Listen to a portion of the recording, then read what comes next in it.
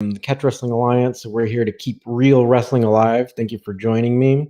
We've got a lot of different things to talk about here, but I want to talk about, at least this week, our main subject is going to be stuff that you guys are talking about. Uh, so let's go ahead and get to it, right? Um, in this case, it's going to be rule sets for catch wrestling because like there's so many different types. So not necessarily rule sets for catch wrestling competition. We can talk about that. We might talk about that pretty soon, if not first, because we have to kind of talk about rule sets for catch wrestling or rule sets for catch wrestlers in particular when they want to be competing and when they don't have authentic catch wrestling competitions around like in their area, or there's very few, like because we're organizing authentic catch wrestling competitions. Also Wigan in England, it's pretty much the only other people who do authentic catch wrestling competitions. So like where can people go if they don't live in northern England or around the west coast of the United States? So with that being said, let's go ahead and maybe start with the basics or the foundation of what would be an authentic rule set for catch wrestling, and then we can kind of start talking about other like grappling competitions that might be best suited for the catch wrestler. So with that being said, here actually, so also going on with a lot of stuff or a lot of comments that I'm seeing online, stuff that you guys are sending to me as well. So some people think that there's like two rule sets for catch wrestling, like the British rule set and then the United States rule set. This is not true, right? So let's go ahead and go to the fundamental rule set for catch wrestling, one that was basically accepted all over the world. So it's pin or submission, but strangles are barred. It's that simple. But what that means is, I think what's kind of going on in a lot of people's minds when they hear that is like, if you see the meme with that was like Julia Roberts' face looking. Actually, I don't know whose face it is, but it kind of reminds me of Julia Roberts. So it's a woman's face looking confused, and then they have overlaid all these different diagrams of what like equations and stuff like that. Um, so basically, what that means is like you don't do guillotines, you don't do rear naked chokes, you don't do bulldog chokes or whatever. Um, so it's like that's basically that's it, right? But you do everything else, and the emphasis is on the neck crank, not because of necessarily getting the submission, but because when you turn their head, you actually start making them turn their body. So you actually demonstrate more control over them than you would on a choke. And so then a lot of people also, especially these old timers. So this is when I say a lot of people, I'm talking about people in the heyday of catch wrestling. A lot of them believe that the choke is something that you can get caught in, like like by luck, right? Like so, if the other guy's luck, he might catch you in a choke. Um, so it doesn't mean they were like not defending chokes and this and that. That's nonsense. They knew all about it, um, so they were totally able to do that. But the rule sets just they didn't allow for that, especially in professional catch wrestling. So you might have the odd match here and there, but what I want to show you is that there's no difference between the British rule set and the American rule set. And I want to give you two examples from like the most famous American catch wrestlers. So here we go. Let me go and show you here. So this is Frank Gotch's wrestling book here, right? And then let me show you here. So on page, I think it's like 47. Oh no, sorry, page 27 in his book, right? He says, Catch as Catch Can, however, is without a doubt the favorite style at the present time. And despite the fact that some groundwork is absolutely unavoidable, every bout is bright and interesting from beginning to end. any hold is allowed, excepting, right, those previously mentioned, the full Nelson and the hand together with the stranglehold. So, uh, sorry, together with the stranglehold, right? And the hammerlock where amateurs are concerned. So they barred the hammerlocks for amateurs, right? But for everyone, the stranglehold and full Nelson were barred. So we don't talk about the full Nelson so much, but yeah, I mean, just know that that was also barred because a lot of people got their necks broken, I believe, with that. So that's from Frank Gotch. And let's go ahead and go to another American, right? The guy who trained Frank Gotch. So Farmer Burns. And so this is the life work of Farmer Burns. So the life work, does that mean it's like important? I think it does, right? So uh in the last page of his book, he actually puts, can you see that there? The rules of wrestling, right? And uh-oh, rule number 2. So it must be important if it's right at the top, right? Or right near the top. Stranglehold barred. That's it. If you want to know, the number 1 rule is either opponent may press his arm against his agonist's neck or face, right? So what does that mean? Or does that suddenly mean that strangling is okay when rule number 2 says strangling is barred? What that means is it's okay to have like one arm around the neck, right? But usually, like what happens in wrestling is usually have like one arm. You have that one arm in, so you can have one. So your opponent would be kind of like this, and you can have what in wrestling is called a headlock. Right, a lot of times you'll have both the head, so one arm's kind of around one side of the neck, and then an arm in as well. Right, so at the same time, that is legal, right? Because you're still actually kind of choking them, right? You're still constricting around the neck, but you're not only doing that, so that makes it legal. So also too, that I think that's why or like I think it's illogical for people to be really upset about chokes when we have like an arm triangle choke, right?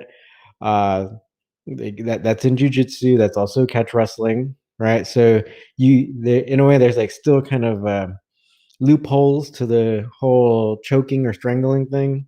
Um, so again, I don't. That's why I said like specifically what is barred is like guillotine, bulldog choke, um, rear naked choke, where it's only around the neck, right? But people get so upset. I guess like their whole identity is based off those 3 techniques, and probably even less bulldog choke, more rear naked choke and guillotine. I think it's because like it's a big thing in jujitsu, especially at white belt. So I think that's why people like flip out. I think it's ridiculous. So and I get tired of hearing about it because if they because then what happens is they complain about catch wrestling not allowing it, or authentic catch wrestling not allowing it, and it's almost like if someone, it's like if the jujitsu person, you can think of them as, say, if they speak French, or it's almost it's almost like French and American English speakers, where it's like they might speak French or English, but then if they encounter someone who does not speak either of those languages, then they get upset, right? They're not speaking to them. Like here in the United States, I don't know where you're from. If you're listening from another country, I think you've probably seen the whole stereotype where an American monolingual, like someone who only speaks English, um, they get upset when they encounter like a Spanish speaker or Chinese speaker or whatever. Then they say like, "Oh, you're in America, speak English." So kind of the same mindset, where it's like someone who's came from a jujitsu background and then they encounter something where it's like, oh, we've just barred a couple, like 3 techniques, and then they're like, oh, like I don't understand, speak English, so it's kind of along those lines where it is illogical, right? So if you want to be doing those chokes or whatever, do jujitsu competitions. There are more of them than there are of what we do. So actually, with that being said, that actually leads me to the main point. And like, so another question from you guys was, what would be the best rule set? Since for someone who has like a catch wrestling base to be competing in. And so there's all these different kinds of things or different types of tournaments with different types of rules. So let's kind of talk about some of them, right? Because say I just kind of read you the rules of catch wrestling, and it's very simple, it's very straightforward, very easy to understand.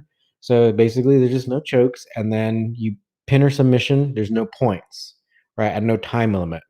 So unfortunately, everything else will have big time limits, or what I mean, but not, I don't mean big time limits, but I mean uh, short time limits.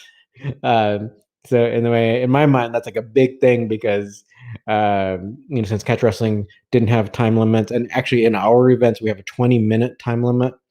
So a lot of like jujitsu competitions are like under 10 minutes. So a lot of times even like 5 minutes. So I feel like that's kind of not enough to implement some strategies. But with that being said, all of these ones are going to have like a shorter time limit.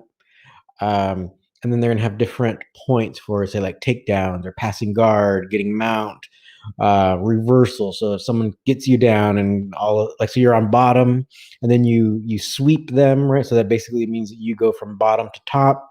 You get points. So catch wrestling doesn't have points. Authentic catch wrestling does not have points. If you see somebody claiming to be doing a catch wrestling tournament and has a point system, it's not a catch wrestling tournament. Um, so um, in all these like jujitsu tournaments and stuff, and someone even said that there's some kind of other kind of uh, like combat wrestling something. Um, so they have their own rule set, but the thing is, if you pin somebody, you don't win, but you get points for pinning them. But I guess the fight continues. Um, so people were asking if that would be a optimal rule set. Um, I, for me and my to make a long story short, in my opinion, what my opinion is uh, submission only is would be my ideal for a catch wrestler. Then, if they can't be doing catch wrestling tournaments, the closest thing I guess that would be uh, a way to show your catch wrestling ability would be a submission only tournament. Anything with no points. So since submission only means that, right, you only go to someone. Well, usually there's a time limit, and oftentimes it's a 20-minute time limit. So sometimes in Eddie Bravo rules, it could be like a 10-minute time limit, and then they do the Eddie Bravo overtime, so that where you kind of go back and forth, kind of like a sudden death type thing. But the thing is, the majority of the time, there's no points, right? So it doesn't matter if they got your back or whatever, because in catch wrestling, it really doesn't matter if someone takes your back because you can set up so many reversals, a lot of different submissions from having someone on your back. I do it a lot. I'll try to do more videos on stuff like that. Um, so you don't want to you don't want to get docked for points if that's your strategy. Like if you know someone's really good at taking the back, you might want to let them take your back, right? If you know what to do, if you know how to prevent them from choking you, and you know how to counter. I often counter a lot with a double wrist lock against like someone trying to take my back. It's really easy to do. Uh, so that's why, in my opinion, like a submission only competition would be probably the best alternative to a catch wrestling tournament for someone who believes that they're practicing catch wrestling. Um, and so go ahead and let me know your thoughts on that. Um, because it's really closest. The only thing is like there's no pins, but you can still be using pinning strategies to control your person, right? So in jiu-jitsu, they would basically call that like pressure passing. You can totally be doing those types of things to pass their guard, set up, and how like what the jiu-jitsu guru John Danaher was talking about. You use pins to keep someone in place, in position, so that you can set up your submission holds, right? So let's go and get to some of your questions, right? So let me know your thoughts if you guys like. So ultimately, in a nutshell, my position is like points are garbage, right? Points are trash. Right? You can like points if you want, do whatever tournament you want. But in my for my point of view, if you have to be doing non uh, catch wrestling competition, do submission only then. Taquero Man, what are your points or what are your thoughts on cross training by visiting different schools? Yeah, visit different schools. Use your if you do catch wrestling, use your catch wrestling against their style. Don't be, and this is the other thing. It's like the better you are at catch wrestling, you'll see how effective it is.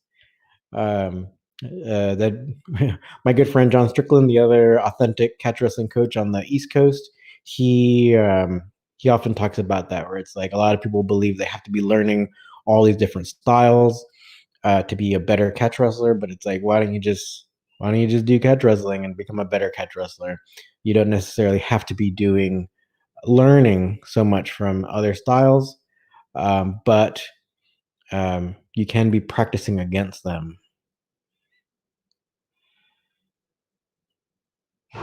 Let's see, Taquero Man, how do you balance from knowing when to be loose and when to apply pressure and when it comes to grappling? That ultimately is like mat time, so sparring experience to see how long you can go before you start getting really exhausted and tired. A lot of times when you can be going longer and longer, it also is a sign that you know when to like relax and when to apply pressure.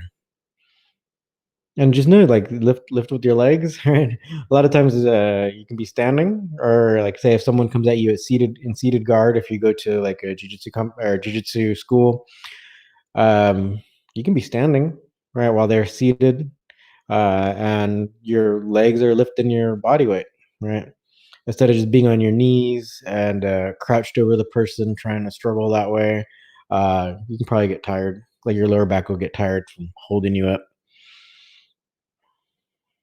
Okay. Let me see. Taquero Man, what are some of the grappling books you recommend? I don't know. I don't know. I mean, I like catch wrestling ones, like authentic ones, like Farmer Burn stuff, and um, yeah, like Frank Gotcha stuff. Um, so another question: Shinobi, thoughts on session wrestling? So for those who don't know what session wrestling is basically it's kind of like you pay someone to grapple with them. So you set up an appointment time, so like a session, and you grapple with them. So there are men and women who do this, and yeah, go for it. You can set up whatever rules you want. Basically, one person offers to pay the other person to wrestle with them to see who wins. Sometimes they film it, sometimes not. Um, yeah, so that's what it is. Feel free to do it. Men and women do it. Men challenge women. Some women challenge men. So sometimes there'll be like mixed um, uh, competitions. Um, yeah, I don't know if there's a problem there. I don't think there's any problem with that because it's people doing what they want. So, uh, so yeah. Okay, so next question. Taquero Man, is grip strength important for catch wrestling? So, which technique do you do to increase your grip strength? Um, um, what do I do to increase my grip strength? Actually, I grab onto people's wrists. But you can also be training your grip strength. Actually, we do have in our on the CWA Academy, we have one strength and conditioning course that's done by my good friend and my strength and conditioning coach, Brooks Krause. We do have one really cool grip strength exercise that involves you extending your fingers with the bar, right? And so you practice your grip strength from even like being extended like this, so not just gripping. Like you can actually get some pretty good grip strength just by doing like dumbbells or any type of workout where you have to grab onto some kind of bar or something. So even if you grab onto a bar and you do pull-ups, that's also training your grip strength because you have to clamp down, right, and then be pulling yourself up. So that's training your muscles, right? You can kind of see how like you can kind of start seeing a little bit how like the tendons kind of strain there or whatever. That means the muscles activating. So by lifting and grabbing things a lot, you are naturally uh, improving the strength of your grip. Right? But you can kind of start isolating the grip by doing different types of movements. Where say like if you have a weight and you start exercising both sides of your like your forearms, because you have muscles on the back side, right? So the back side of your hand, and also the call it the palmar side. So the palm side of your hand. So there's two sets of muscles. So like they're called extensors and flexors. So ones that make your hand close and ones that make your hand open. So just know that you can be training both sides, and that will improve your grip strength. And of course, we have a course on that. All right. What catch wrestling school am I based out of? I teach at Fight Science MMA in Los Angeles.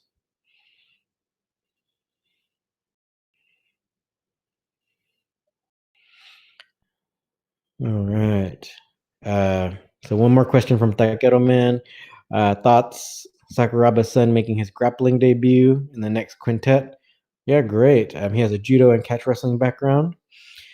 We'll see. Let's see. Hopefully, he makes catch wrestling proud. Hopefully, he does more wrestling stuff, more wrestling based than judo based. But we'll see. Eli, the game hunter, sub only is my strength. Yeah, I think sub only is like the way to go if you're going to be doing if there's no catch wrestling competitions, because it sucks to lose by points basically, right? If they can't beat you, or if you can't if their defense is good and you can't beat them in the allotted amount of time, it's really annoying to lose by points. So um, that's it.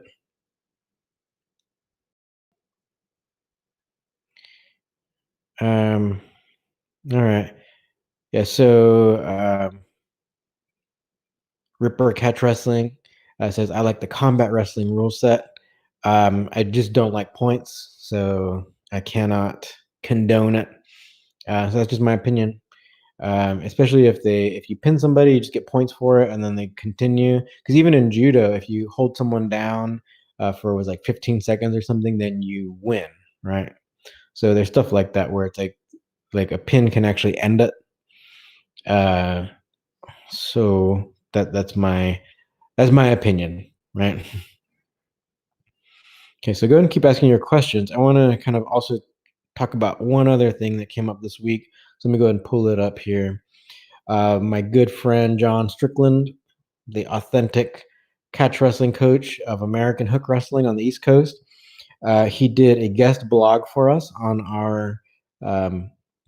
on our website. So you can go to catchwrestlingalliance.com and then go to our blog, and you can see the thing is the title is this. So catch wrestling problems. Hopefully you can hopefully the camera picks that up so you can kind of see. Anyway, it looks like the camera's not focusing on it. But anyway, he lists 5 problems that catch wrestling has, and I think it's good because this is coming from an actual catch wrestler, someone who's done catch wrestling for the longest time, and also who's learned from an authentic catch, one of the old timers, right? And what do you know? Like uh, Billy Wicks, his coach, wasn't teaching chokes and wasn't teaching a lot of stuff that people are claiming that are part of catch wrestling. It just wasn't part of what he was teaching. Again, he also had a really strong wrestling base. But so anyway, I think this is a really cool post. So I'm going to go over it. Hopefully we can get John himself to talk about it sooner than later. He's come on many times, so um, hopefully we can get him back on very, very soon. But let's go ahead and talk about some of the points that he lists as being problems in catch wrestling. So number one, catch wrestling was hurt early on in the modern era by dishonest folks. That was point one.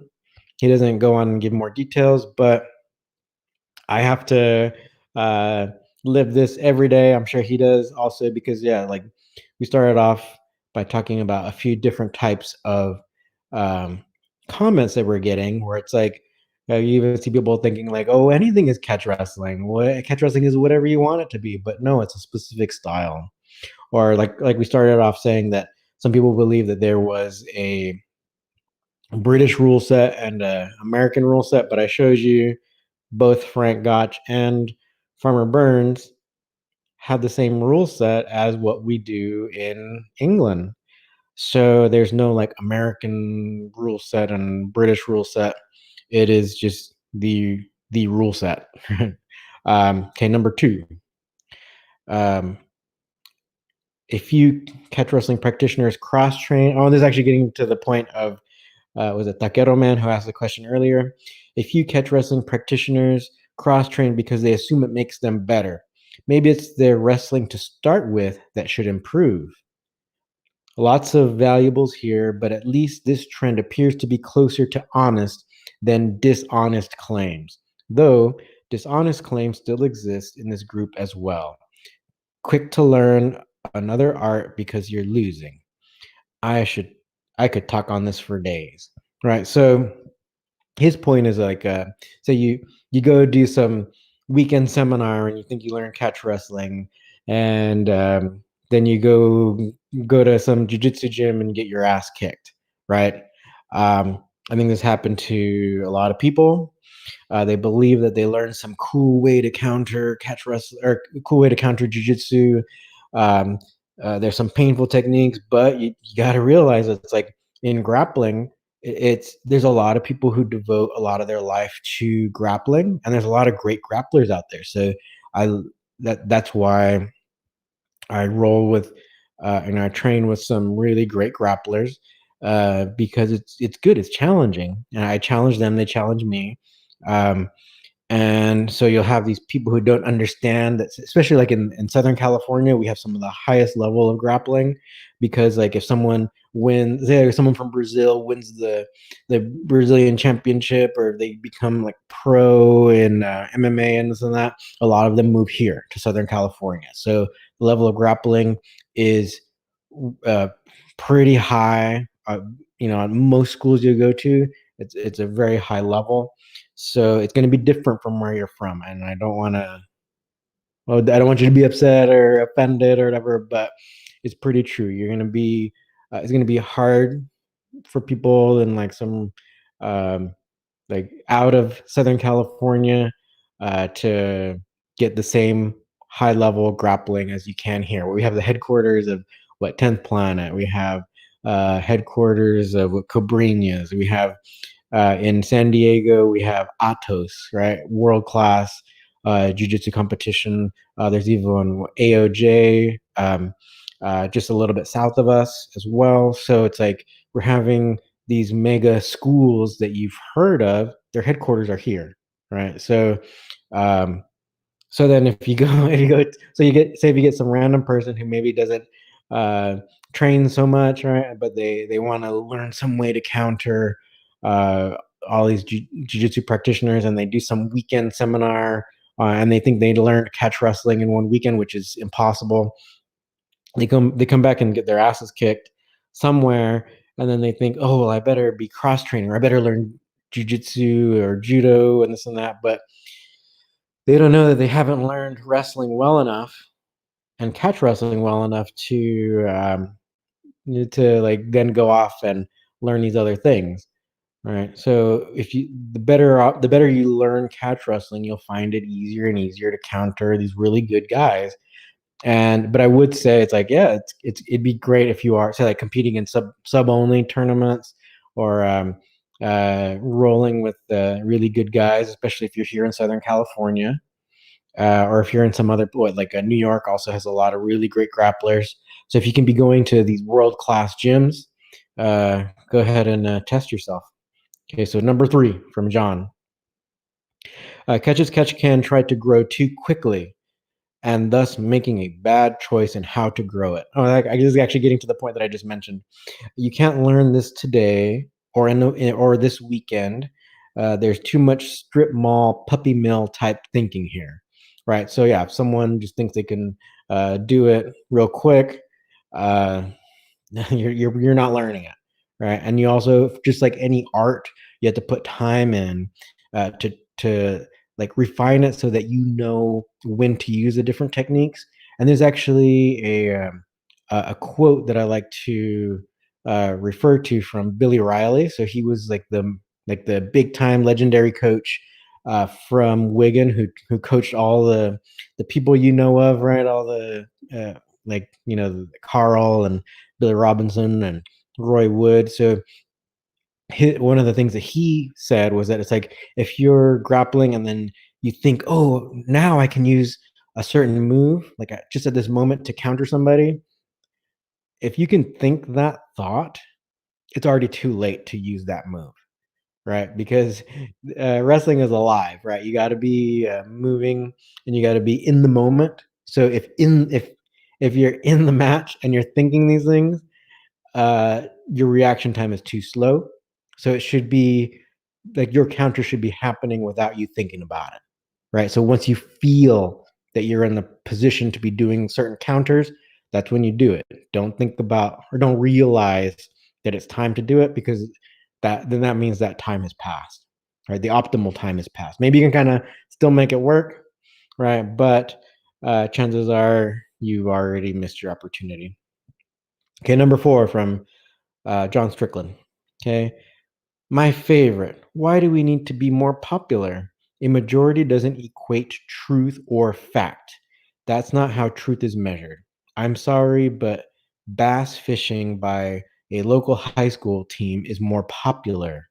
The argument for day one of this being a successful spectator sport was a tad delusional. All right. So point is, you turn on ESPN or whatever, and you see like even what someone is pointing out that cornhole. I don't know if you know that that sport, quote unquote sport. It's like, people, they put a board and it has a hole in it, and then they throw bean bags to see if they can make it into the hole.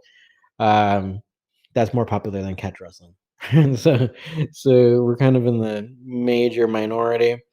Um, um, so when you get people trying, I mean, we're trying to like the whole thing about our channel, right? You see, keep real wrestling alive. That's what we're trying to do, because unfortunately, a lot of people don't understand what we're doing, or a lot of people don't understand what catch wrestling is, even though it used to sell out stadiums. But that's not the case right now. And even the wrestling styles that branched off from us are more popular, right? So it's unfortunate that people say like, want to be doing the way, like how John says, like the puppy mill version, where it's like, oh, I learned catch wrestling in one weekend or whatever, or I paid. And then this is unfortunately, I see this too, where it's like, I paid however much money to somebody for their DVD or whatever, and now I'm a catch wrestler, or I'm whatever. It's like, no, you didn't learn it if all you had to do is pay. All right. Okay, number 5. Folk style or freestyle is far from catch wrestling as judo is. Inserting a new sport into an old art created an entirely different style. Um, very true. All right. So that's the other thing too. So we've been kind of talking about it recently, where it's like John and myself, like we're seeing that Kushti wrestling from India appears to be using a lot more catch wrestling techniques than folk style or freestyle wrestling. So folk style and freestyle both came from catch wrestling, but over the years that these styles have moved so far away from catch wrestling. But you'll have people equating or just saying like, oh, if you only learn freestyle or folk style, then you already have a good wrestling base to do catch wrestling, which is potentially true. But the thing is like you can learn bad habits from these other styles because the objectives have gone further and further away from authentic catch wrestling. So say like in freestyle, I think one of the biggest examples would be that whole parterre stuff where it's like you just if you get taken down, you just flatten out and you try to keep them from rolling you over, because if they roll you over, then if they roll you over what, like 4 times, they've won, right? So um that's like a big thing where it's like you wouldn't want to be implementing that type of strategy in a catch wrestling match, right? So you can learn terrible habits from some of these other styles that a lot of people think are wrestling, or a lot of people think are what the Greeks did or whatever. Like freestyle is not what the Greeks were doing.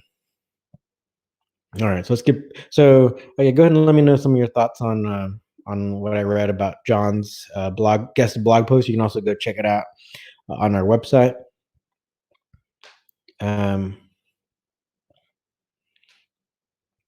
Eli, so that being said, you signed up for the CWA Academy. Oh, thank you. How do you go about getting the actual certification? Right. So the way we do it, so if anybody who signs up, you actually get access to several courses, but the two main ones that I need you to focus on are the two fundamentals courses. So once you go through those and you uh, practice those techniques, then and I want to see you do it. So if you can send me some, short clips of you doing the technique, then once you show proficiency at those, then you can move on to the level 2. So you would have completed to like your white belt, right? And then you can learn, you can get access to the more advanced lessons, and so it kind of goes on from there. So hopefully that answers your question, right? So it kind of goes like that. So you'd be kind of like a level 1, and then you can become more advanced as you go. So you get access to more advanced lessons after that.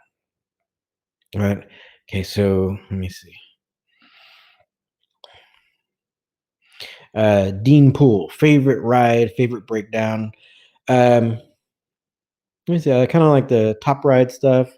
Uh, Quite often, I don't ride legs, just because um, just because I do kind of like going for hammer locks and stuff like that. So I'll often stay on the side of someone.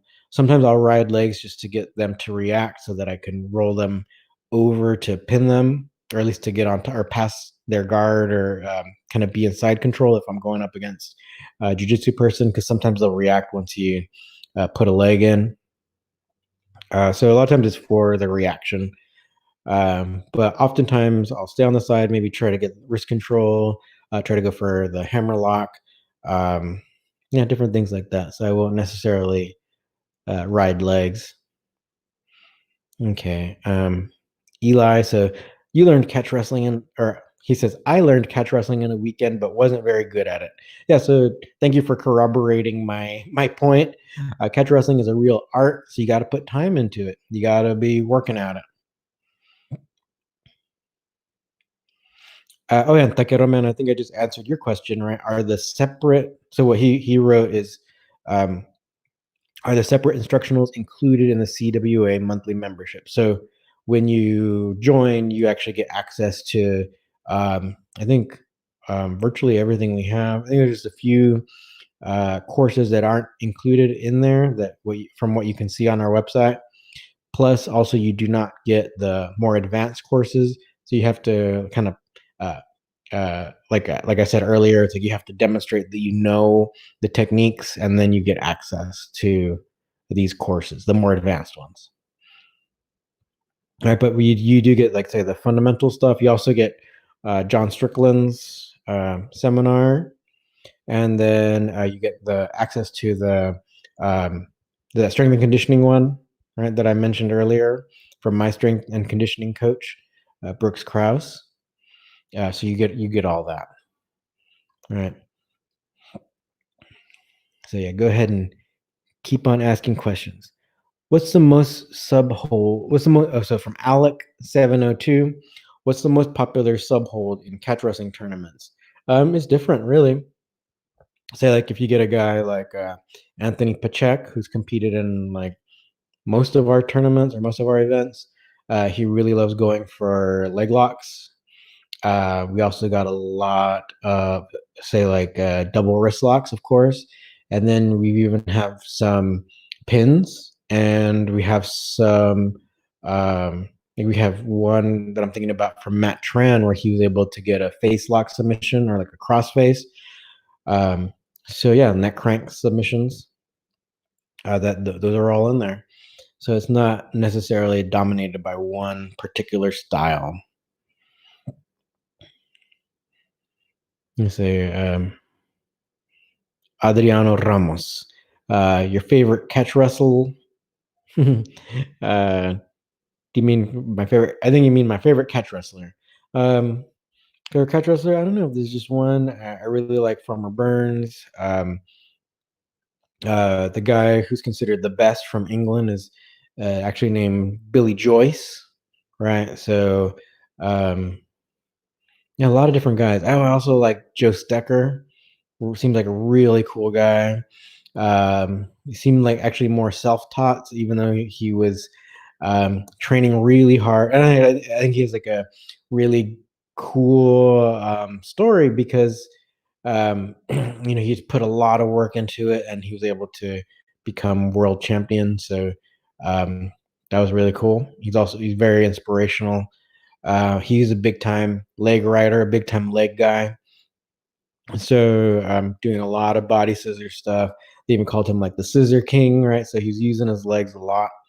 Um, yeah, yeah. I guess he can use his legs and like bust open with the sacks of grain, right? He's from Nebraska, um, so he's out there in the crops, So um, yeah, he's really inspirational. There's a lot of really cool people. Yeah, a lot of really cool people. More so than some of the modern people who mostly did pro wrestling.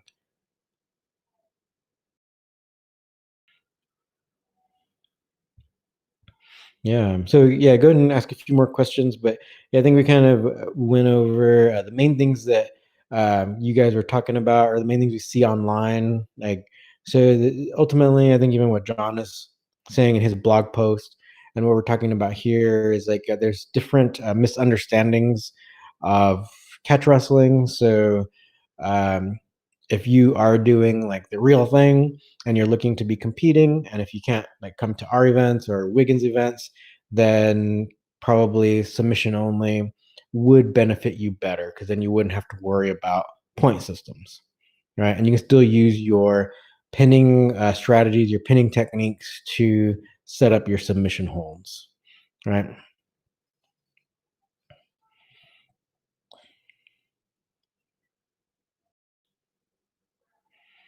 Uh, Jones, Dr. Fives.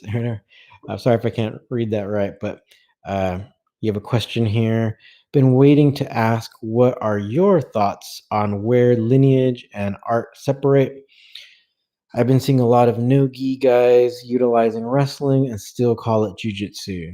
Um, yeah, I think that's what happens all the time, where it's like, well, even 10th Planet, it's like you have Eddie Bravo, who did some high school wrestling, and then he showed off, or he popularized some wrestling techniques and made his whole style after he won, or after he submitted one guy. He didn't win ADCC, but he submitted one of the Gracies. So then that, along with the wrestling techniques, he created his whole jujitsu style.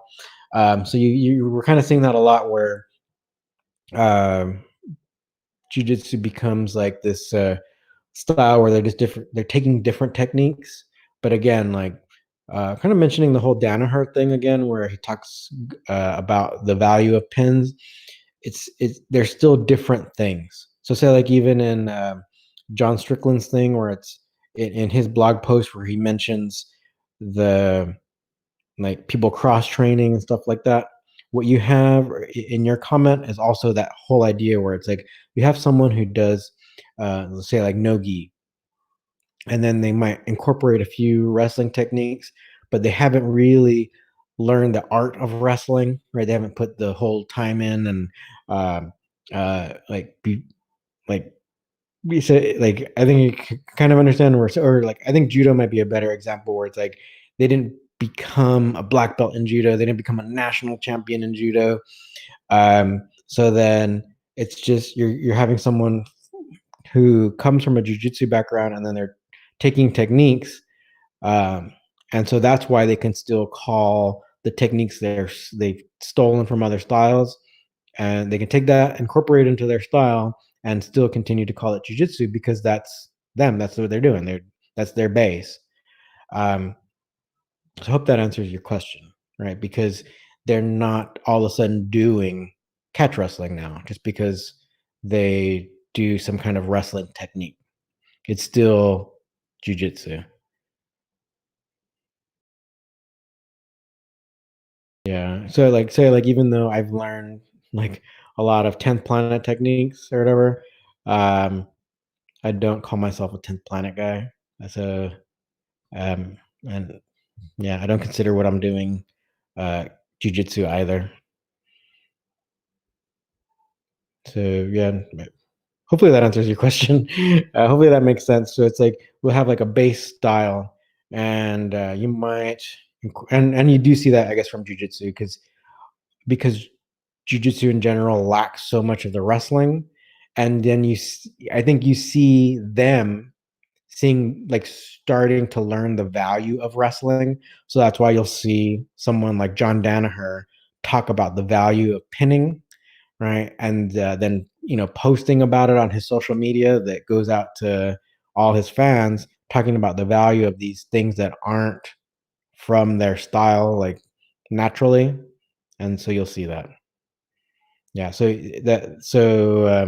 Yeah, I'm not mad at them when they say it's like jujitsu because yeah, I wouldn't necessarily look at it and say like, oh man, that's wrestling. Because they're on their backs a lot of the times also. They don't all of a sudden become like top game pressure guys. You even see Gordon Ryan on his back a lot, getting submissions and stuff. Um, so yeah, cool. All right, okay, okay. Okay, it seems like I answered your question. So, yeah. All right. Well, yeah, it was a real pleasure talking to you guys. I think it's uh been a good amount of time here, so maybe we can go ahead and um, like sign off for this week. Feel free to ask any more questions because today's live stream is based off your guys' comments and questions during the week. So I really appreciate what you guys are saying or your comments or your concerns and stuff. So keep them coming. You can comment in below this video. You can send messages to our different social media. Of course, we're on Twitter and Instagram and Facebook. We're also on TikTok and stuff. So we're trying to think of ideas for more TikTok videos because those are actually pretty fun to make. Um, so send ideas for those too if you like, because I think it's really fun where you can take the audio from different videos and then make your own video lip syncing to that audio, which I think is really funny. Um, yeah. Orion Doyle, please tell me there's a real catch wrestling school in the PNW. Um, I don't know what the PNW is, Ryan. Oh, Pacific Northwest? Is that Pacific Northwest? Hopefully. I don't know. Because I know NSW, that's North South Wales in Australia. Um, is PNW Pacific Northwest? I don't know if that's what it is, Ryan. Why don't you be the person, right? So uh, there's a guy who's been part of our school in Alaska, but not necessarily close to you, like if you're like around Seattle or something. Um, so why don't you be that guy? Right? You come down to, or you can do the CWA Academy. You can um, come to LA, take a vacation in LA, and let's train really hard together. So yeah, hopefully it can be you, because I can't really think. Well, unfortunately, it was really sad. Like in the Pacific Northwest, you had Dick Cardinal living there in, I believe, around Seattle. But unfortunately, he passed away last year, and I do believe that um, he had stopped teaching for a while, but he was very, very healthy, and I believe that he was actually even teaching like senior citizen fitness classes into his 90s. So it's kind of a testament to how strong you can be, right? If you're training, right? So you just don't stop working out and eat right and stretch and all that. Your body can last a long time in a really good shape. All right. So yeah, keep in touch, Ryan, if you want to train. Yeah, you're always welcome in LA. Okay, all right. So thank everyone for listening. We're on podcasts as well, as you can see us on Spotify and all that.